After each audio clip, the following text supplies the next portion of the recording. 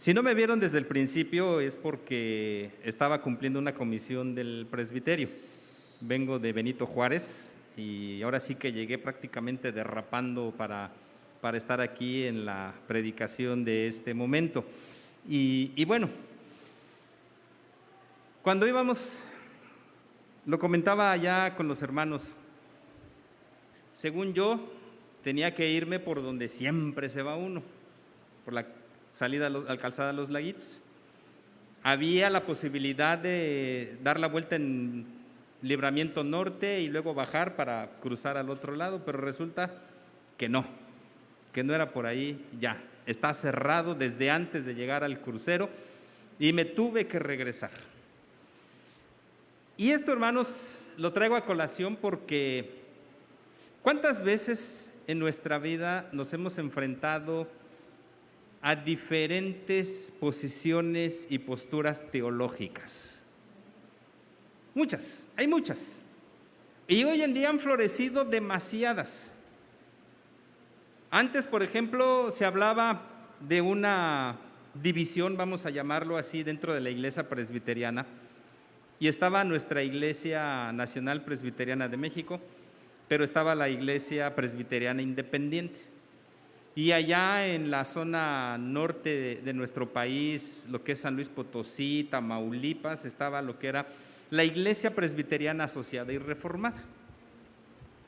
Lo único que diferenciaba en algunas de ellas, por ejemplo, con la Iglesia Independiente, es que ellos manejaban la versión 1909 de la Biblia, no aceptaban la revisión 1960.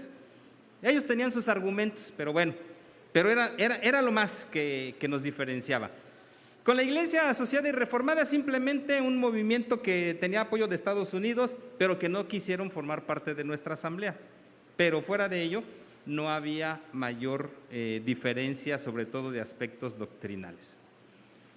Pero hoy en día, por ejemplo, existe una comunidad de iglesias reformadas que tienen ideas que se salen de todo contexto de la Escritura.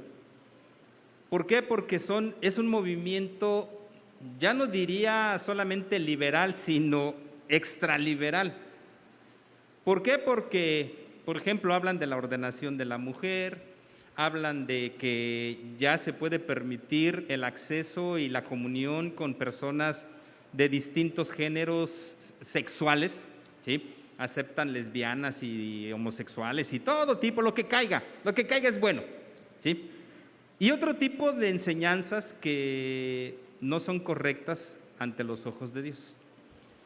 Por eso es importante, hermanos, el que nosotros entendamos que el Señor siempre nos pone advertencias a tiempo, y como en alguna ocasión lo dijera el apóstol Pablo, y fuera de tiempo también. ¿Para qué? Para que nosotros nos concentremos en la sana doctrina. ¿Cuál es la sana doctrina? Aquella que está de acuerdo con lo que dice la Escritura. No voy a hablar de doctrina presbiteriana de manera específica nada más, sino de doctrina bíblica. ¿Por qué? Porque al final de cuentas nuestra doctrina está planteada en la Escritura. Y a veces uno, hermanos, llega a pensar que existe una variedad de movimientos religiosos que son aceptados por el Señor. Y esa frase que se acuñó hace muchos años de que todos los caminos llevan a Roma, lo hemos traspuesto ahora nosotros a decir que todos los caminos llegan a Dios. Y no es cierto, eso no es cierto, eso es falso. No todos los caminos llegan a Dios, solo hay un camino. El Señor Jesús así lo marcó: yo soy el camino, la verdad y la vida, y nadie puede venir al Padre si no es a través de mí. Entonces Jesucristo es el que nos va a guiar hacia el Padre, y todo lo que se plantea en términos de la doctrina es lo que Jesús mismo ha también corroborado, porque no es establecido, porque Dios ya lo había establecido desde antes. No, Jesús lo corroboró. Por eso Él señaló: yo no he venido a abrogar la ley, no la he venido a quitar, sino todo lo contrario, vine para cumplirla, pero en su dimensión adecuada. Y en nuestro desarrollo espiritual, hermanos, entonces, en nuestro crecimiento espiritual, tenemos que considerar cuál es la doctrina que nosotros confesamos. cuál es la doctrina que nosotros creemos. El apóstol Pablo, voy a pedir que mantengan abiertas sus Biblias en esta lectura que se hizo de Gálatas. Al principio voy a saltarme los primeros 5 versículos porque hablan del saludo a la iglesia en Galacia y bueno, todo lo que conlleva la introducción de una carta. Voy al versículo número 6, vean lo que dice. Estoy maravillado de que tan pronto os hayáis alejado del que os llamó por la gracia de Cristo para seguir un evangelio diferente. Fíjense la preocupación y la tristeza del apóstol Pablo. Estoy maravillado de que después de haber recibido de mí la enseñanza, ahora se vayan tras otro evangelio. Claro, esto es meramente una frase que está utilizando el apóstol Pablo porque él mismo lo va a explicar. Versículo 7, no es que haya otro, sino que hay algunos que perturban y quieren pervertir el evangelio de Cristo. Y esto es lo que a nosotros, hermanos, nos tiene que hacer detener un momento y considerar si lo que estamos escuchando es realmente la palabra de Dios o es un mensaje distorsionado de la palabra de Dios, es un mensaje pervertido de la palabra de Dios. Y fíjense los dos términos del que menciona el apóstol Pablo. Uno, algo diferente, pero también menciona algo pervertido. Y sabemos, hermanos, que la perversión nos lleva al pecado, que la perversión nos lleva a prácticas que se salen de toda lógica humana. O sea, no estamos hablando de algo diferente nada más, sino que estamos hablando de algo que está en contra de lo que Dios mismo ha establecido. Sí, que vamos a tener un problema con lo que piensa la sociedad, sí, lo vamos a tener, hermanos. ¿Por qué? Porque la sociedad hoy en día, lo que antes, bueno, no lo que antes, no voy a utilizar ese término, sino lo que Dios considera pecado, la sociedad nos dice que no hay tal, no existe pecado. Tú te puedes comportar como quieras mientras no te hagas daño a ti y mucho menos a los otros, no pasa absolutamente nada. Y eso sí, prácticas que hace 40 años se consideraban como malas, como pecaminosas, hoy en día se viven como si no fueran tales. Pareciera que todo hoy en día es bueno, inclusive hoy en día se defiende lo indefendible ante los ojos de Dios. Y podríamos hablar de muchos ejemplos, hermanos. No los vamos a mencionar, pero sabemos cómo vive la sociedad hoy en día. Esa crisis que hay de valores, esa crisis moral, esa crisis ética que vive nuestra sociedad y de la cual el apóstol Pablo nos está advirtiendo. Hay quienes vienen a predicar un evangelio distorsionado o inclusive, como dice aquí él mismo, un evangelio perturbador. Qué triste, hermanos, es que nos dejemos llevar a veces por cualquier idea filosófica que hay allá afuera, sin antes haberla pasado por el filtro de la palabra. Sí, sabemos que tenemos que enfrentar muchas cosas, y eso lo comentábamos hace unas semanas. En la escuela tenemos que enfrentar las teorías de la evolución, o la teoría del Big Bang, que tiene que ver con la creación del mundo. Y eso es lo que nos dicen en términos de la ciencia. Y a veces se convierte en un conflicto. ¿Por qué? Porque para nosotros ni la teoría de la evolución ni la teoría del Big Bang es lo que en realidad pasó. Lo que en realidad pasó es lo que nos comenta el texto bíblico, que Dios de la nada creó todas las cosas por su sola palabra. Por eso dice Pablo, todo fue creado por medio de Él y para Él. Y que el hombre fue creado a imagen y semejanza, varón y hembra, y así los formó el Señor. Pero hoy en día, no solamente es enfrentar ese tipo de teorías, que si no tenemos bien cimentado nuestra fe, hermanos, en la Escritura, vamos a creer cualquier cosa. Y esa es la advertencia que nos está lanzando el apóstol Pablo, hermanos. Que analicemos, que reflexionemos bien lo que creemos. no nos tenemos que convertir en fanáticos. No somos fanáticos de Dios, no somos fans de Dios, no. Somos seguidores convencidos plenamente de lo que creemos. Ahí está la definición de Hebreos 11:1. Es pues la fe, dos cosas, la convicción y la certeza. Y la convicción tiene que ver con una seguridad después de haber analizado las cosas. Es decir, estoy convencido de que esto es lo mejor para mi vida. Pero también dice la certeza, la seguridad. Tengo la seguridad de que lo que creo es lo que Dios me ha dejado y me va a llevar a la vida eterna. Pero hermanos, si no estoy convencido y mucho menos tengo la seguridad de lo que creo, dijo Santiago, vas a ser como las ondas del mar que son llevadas por el viento de un lado para otro. En política hay un término que se utiliza y se habla del chapulineo. Es decir, políticos que ahorita están con un partido, al rato están con otro, al rato están con otro, de acuerdo a sus intereses. Si trajéramos esa frase para nosotros como cristianos, también hay cristianos chapulines, hermanos, también los hay. Hay cristianos que están brincando de un lado y luego para otro y luego para otro. ¿Por qué? Porque no están convencidos de su fe. Y alguien les habla bonito. ¿Se acuerdan de esa frase del canto de las sirenas? A lo mejor los jóvenes ahorita de secundaria y de preparatoria ni se acordarán, porque ya no hay ese tipo de lecturas. ¿Dónde surge el canto de las sirenas, hermanos? ¿En qué obra? No hay de dos, no nos metamos en problemas. O es en la Ilíada o es en la Odisea. En una de las dos, ¿sí? En la Odisea, cuando va el personaje en ese viaje y de repente por ahí se escucha un canto agradable, un canto suave, un canto mágico, que los que están ahí con este Ulises lo tienen que amarrar para que no se deje llevar. ¿Por qué? Porque ese canto es seductor. Y de ahí quedó acuñada la frase, no escuches el canto de las sirenas. Y en términos doctrinales, hermanos, a veces así llega a suceder. Llega alguien que me habla bonito del Evangelio, pero alejado totalmente de lo que dice la Biblia, ¿sí?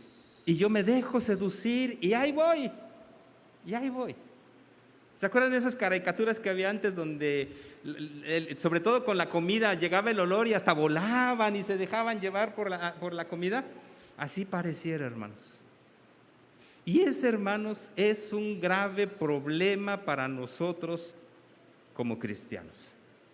El que no nos arraiguemos en la fe y que podamos enfrentar cualquier viento de doctrina y de pensamiento filosófico que venga a nuestra vida. Uno de los problemas que tenemos hoy en día es la falta de identidad. Los jóvenes ya no saben ni quién son. Y a veces también nos pasa a nosotros como creyentes en Jesucristo. ¿Quiénes somos? No nos encontramos dentro de la dinámica de la vida de la iglesia que Dios nos ha dejado. Y por eso nada nos satisface y andamos a la búsqueda de un lugar donde podamos satisfacer a lo mejor ni siquiera nuestra necesidad, sino nuestra emoción. Pero ¿qué pasa cuando en ese lugar ya no me satisface nada? Pues voy a buscar otro y voy a buscar otro y voy a buscar otro. No, hermanos, el Señor llama a cada uno de nosotros para que afiancemos nuestra fe en el Señor Jesucristo y entonces nos sintamos parte. Antes de ser presbiterianos, somos hijos de Dios. Y primero tenemos que afianzarnos en esa idea de que somos hijos de Dios y de que Dios nos ha dado la posibilidad y la bendición de ser adoptados como sus hijos. Y sí, Dios nos ha puesto aquí a formar parte de la familia presbiteriana. Y tenemos que afianzarnos en la doctrina presbiteriana sabiendo que esta doctrina es bíblica 100%.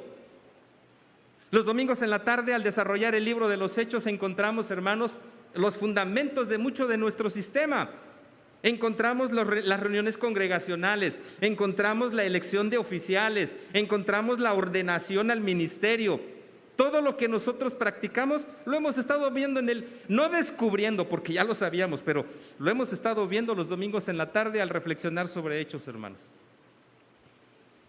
Si alguien les pregunta, ¿ustedes como presbiterianos son 100% bíblicos? Nuestra respuesta tiene que ser sí, sí. Y se vale decir, soy presbiteriano de hueso colorado, aunque se utilice en otro grupo mayoritario esa frase. Pero somos presbiterianos porque estamos convencidos de que aquí Dios nos ha puesto para desarrollarnos en la vida espiritual. Y tenemos que fortalecernos. Por eso la recomendación de Pablo, hermanos, dice ahí, vamos a seguir. Mas si aún nosotros o un ángel del cielo os anunciare otro evangelio diferente del que os hemos anunciado, sea anatema. Fíjense, si alguien pretende venir, sea quien sea, y vean lo que dice Pablo, si es un ángel del cielo, no importa, si viene a predicarles otra cosa diferente al mensaje central del evangelio, sea maldito. Y aquí es donde tenemos que tomar, hermanos, el ejemplo de los hermanos de la iglesia de Berea. Hechos 17. ¿Qué hacían los hermanos de la iglesia de Berea cada vez que alguien les predicaba? Yo ya se los dije alguna vez. Iban a las escrituras para ver si lo que les habían dicho era cierto. Y yo hasta les dije en alguna ocasión, hermanos, ¿tienen la certeza de que yo les he predicado 100% el evangelio? ¿O les he predicado alguna herejía en alguna ocasión? ¿Pueden tener esa seguridad de decir, pastor, usted ya nos predicó una herejía? Claro, me lo tienen que comprobar, ¿verdad? Porque no nada más es lanzar la piedra. ¿Por qué, hermanos? Yo al menos no quiero ser maldito. No quiero predicar otra cosa que no sea la palabra. ¿Sí? ¿Por qué? Porque aquí lo dice, el que venga y hable de cosas totalmente diferentes a estas, sea maldito. Hermanos, somos benditos en el Señor y somos bendecidos por Él porque tenemos ahora en Cristo Jesús la opción de la vida eterna. ¿Qué es lo contrario? ¿Qué es ser maldecido por Dios? Es ir directamente al tormento eterno en el infierno. ¿Sí?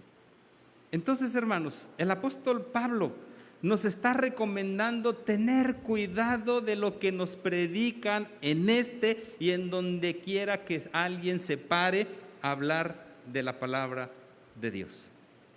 No se tiene que hablar de sociología, no se tiene que hablar de antropología, no se tiene que hablar de psicología, no se tiene que hablar de humanismo, no se tiene que hablar de ningún planteamiento filosófico, sociológico o lo que sea. No, aquí se tiene que hablar de la palabra. El mensaje central es Jesucristo crucificado y resucitado al tercer día de entre los muertos. Y el mensaje debe estar basado alrededor de lo que dice la Escritura. Si alguien viene y dice otra cosa diferente, es maldito. Pero también nosotros seremos malditos si lo seguimos. Dice la Escritura, y a veces no nos gusta escuchar este tipo de frases, pero la Escritura dice, dura cosa es caer en manos del Dios vivo. No porque sea lo peor estar con Dios, hermanos, no. Lo mejor es estar con Dios, pero con Dios no se juega. No os engañéis, Dios no puede ser burlado. Todo lo que el hombre sembrare, eso también segará. Si yo siembro incoherencias, herejías y todo ese tipo de ideas, ¿qué es lo que voy a cosechar? Pues eso es lo que voy a cosechar. Por eso, hermanos, el apóstol Pablo, igual se los decía en la mañana a los hermanos allá en Benito Juárez, por algo fue escogido por Dios, hermanos, por algo. Analicen las cartas del apóstol Pablo, hermanos, y el apóstol Pablo siempre tiene una frase que nos deja para la posteridad. La semana pasada hablábamos, bueno, no, la semana pasada no, porque hicimos el paréntesis por el festejo de las madres. Hace 15 días hablábamos de que nosotros como creyentes en Jesucristo no podemos seguir viviendo en el pecado. Porque si morimos al pecado, así como Cristo murió, fuimos resucitados a una nueva vida. Y por eso Pablo expresó: con Cristo estoy juntamente crucificado, y ya no vivo yo, mas Cristo vive en mí. Y vean la frase que Pablo lanza. Como hemos dicho, también ahora lo repito: si alguno os predica diferente evangelio de al que habéis recibido, sea anatema. Ya hemos estado hablando, hermanos, de qué es el evangelio. Sí, la buena nueva. La buena nueva de que Dios nos ha perdonado, de que Dios ahora nos ha dado libertad en Cristo Jesús. Pero también, hermanos, el evangelio es humildad, es sometimiento a la voluntad de Dios y es obediencia a lo que Dios quiere para nosotros. 3 cosas. Si alguien viene y nos predica algo diferente a esto, es un maldito. Porque eso significa la palabra anatema. Es un maldito. ¿Sí? Pero pensemos en nosotros. ¿A qué le vamos a hacer caso, hermanos? A alguien que viene y busca la fama, busca el prestigio, busca quedar bien ante los demás, o a alguien que nos va a venir a hablar del evangelio y que si es necesario que nos tenga que exhortar, que nos tenga que llamar la atención, lo haga en el nombre del Señor. Ahora sí que, como decía Josué, escojan a quién van a servir. Si a los dioses a quienes sirvieron vuestros padres estando aquí en tierra de los amorreos, o al Dios de la Escritura. Pero yo y mi casa serviremos a Jehová. Hermanos, hemos recibido un mensaje que es el mejor mensaje de todos. Cristo vino, murió y resucitó por nosotros para darnos vida eterna. Y nuestra tarea, lo dijo Pedro, es crecer en la gracia y en el conocimiento de nuestro Señor y Salvador Jesucristo. Pero debemos tener cuidado, hermanos. Es como la alimentación. Si yo no me alimento adecuadamente, ¿qué voy a provocar en mi cuerpo? Las enfermedades. Una y otra y otra. Luego me quejo de que estoy enfermo de todo, pero si hago un análisis de lo que como, ahí voy a encontrar mucha de la respuesta a por qué estoy enfermo. Pero ¿qué pasa si como bien? Si como adecuadamente. Mi cuerpo va a crecer bien, fuerte, preparado para enfrentar las enfermedades. Lo mismo, hermanos, lo mismo en términos de nuestra vida espiritual. Si yo me alimento con la sana doctrina de la Escritura, voy a crecer fortalecido y voy a enfrentar todo lo que me venga.